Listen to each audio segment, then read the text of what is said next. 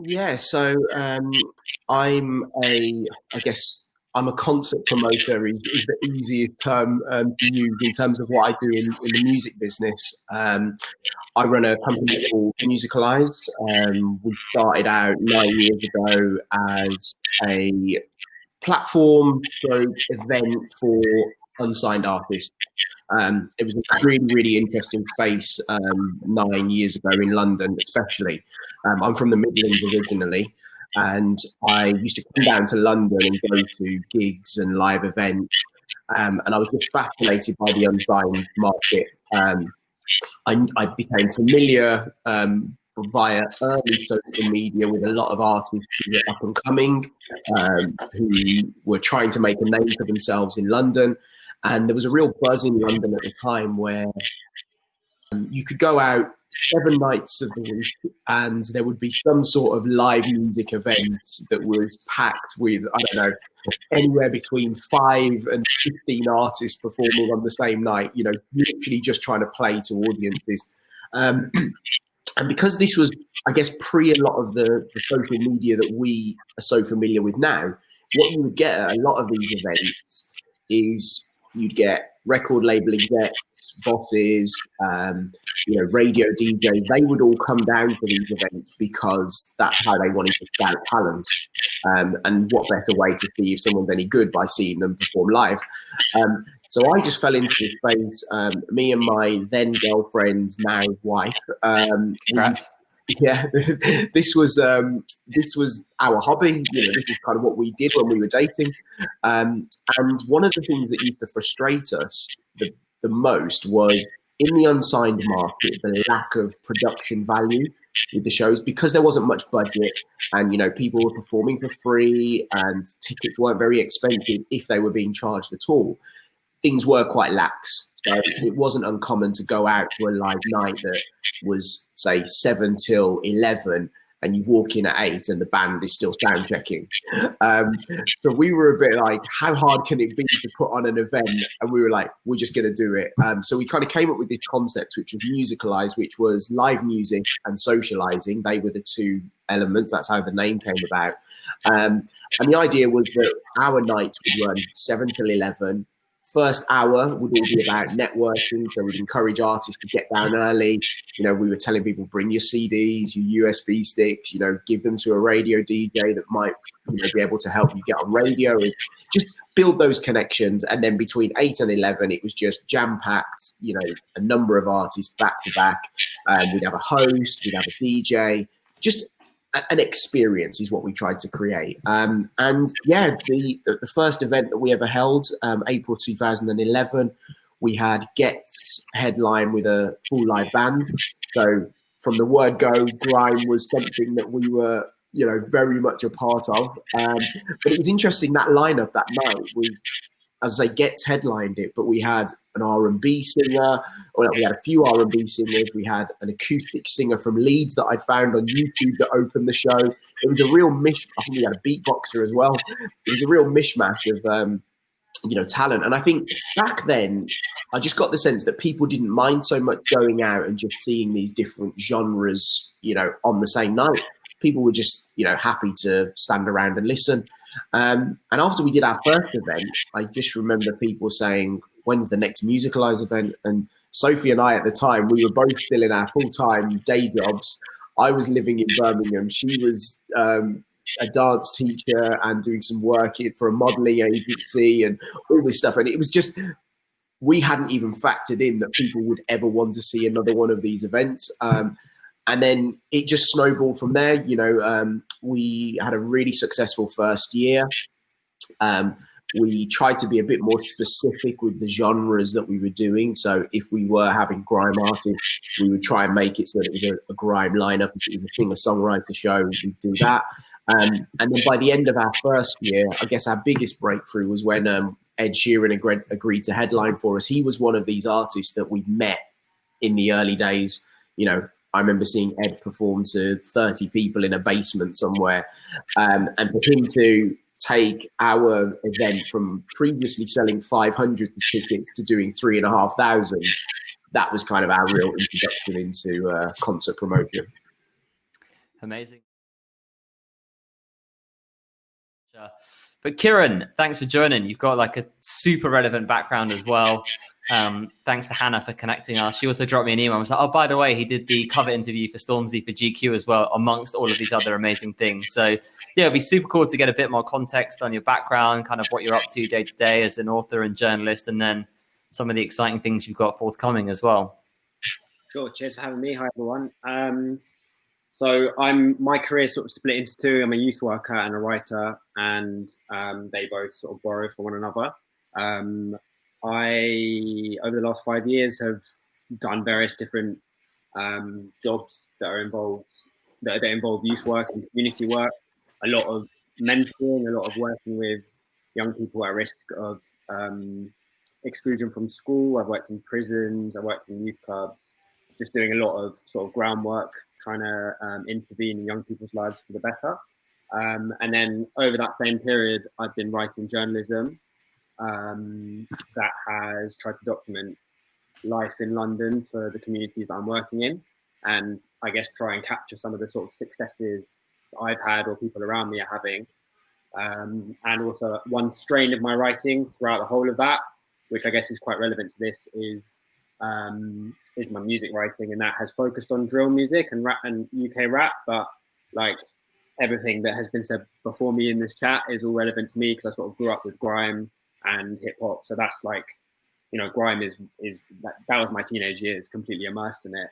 And that I think has been a really important aspect to how I can understand aspects of British culture now, especially in London, especially then understanding how it's sort of shifted into other types of music.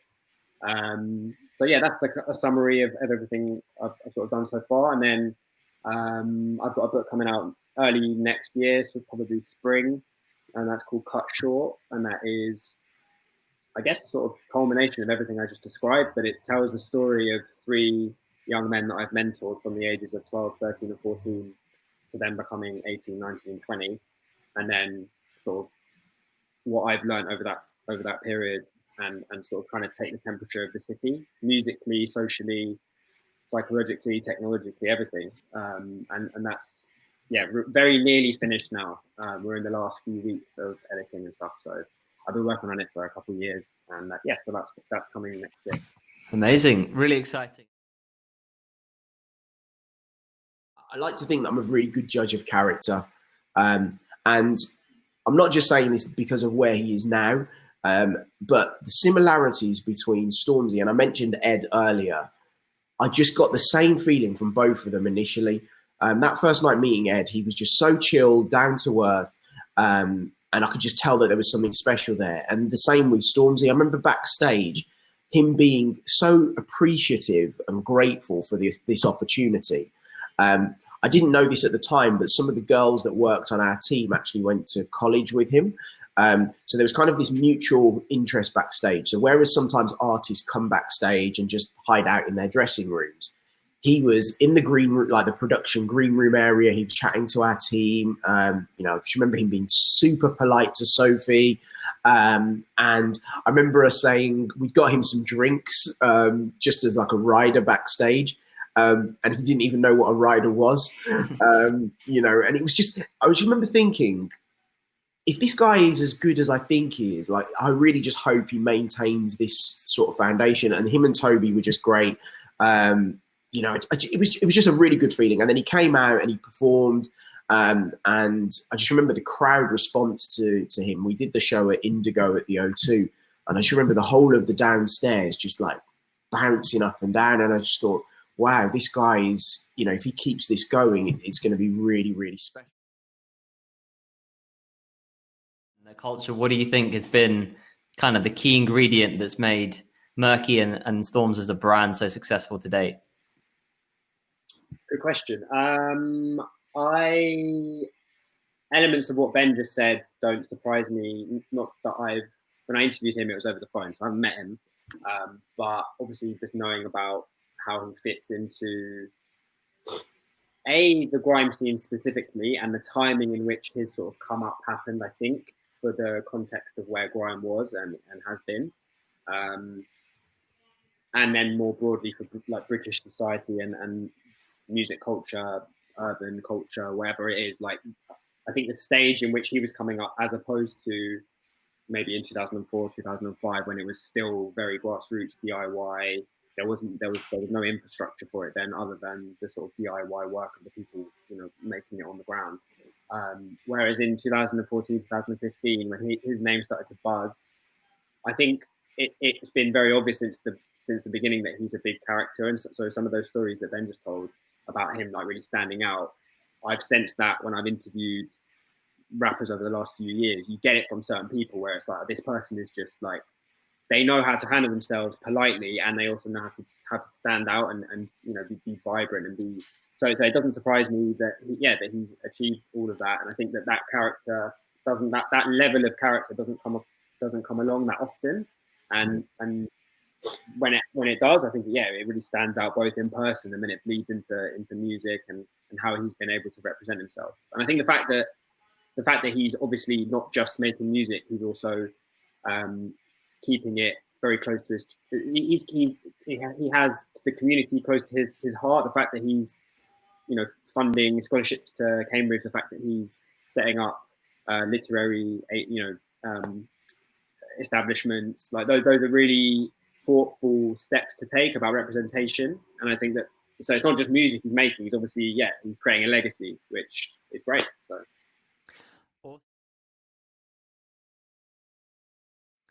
Awesome. And we're getting a few questions on the right-hand side about drill. Firstly, can you define drill? What makes it different from grime? And what are the kind of parallels that you see in drill as a genre? Because it's obviously a bit newer than grime. There's a couple of artists who've sort of, I guess you could look at like a Heady One or someone similar who's maybe sort of broken out of the underground and has got a major label deal, and you can hear him on A-list, B-list radio these days.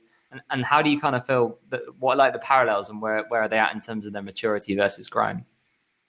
So, because the answer to that question is like really literally I'd say like a day-to-day change, or like very, very, like from my perspective, it's changing a lot. So it's difficult to answer it. But a couple of really important distinctions, I think, for anyone like a general listener that maybe hasn't come across either or any one of them before. One of them is, I think, technologically, like what's available to people to make music over the last 5 years has been very different to the first 5 years of the millennium. Pirate radio obviously was like how the grime infrastructure was built, and then MCs would go on pirate radio and they would hone their craft by competing, whereas drill came from a sort of sub-generation below of young people who are on their phones and they're on their estates, like making music in their bedroom or like in a local studio of the few remaining youth clubs, but a lot of it might not even be that.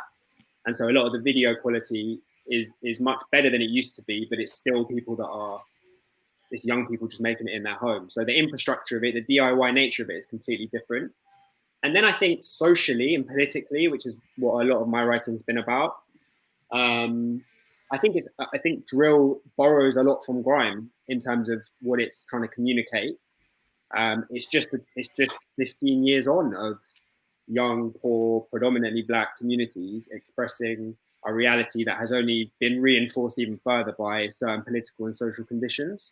And that comes through in the music. Obviously, it's more aggressive, it's more male dominated, it's more, arguably, it's more problematic in terms of the themes it's exploring and stuff it talks about. But that is also because of the sort of reality that's reflecting. I think it's more undeniable now than it was. It was always undeniable, but now it's like, austerity has bled into the music that's being produced in the same way that New Labour, I guess, was doing that for grime.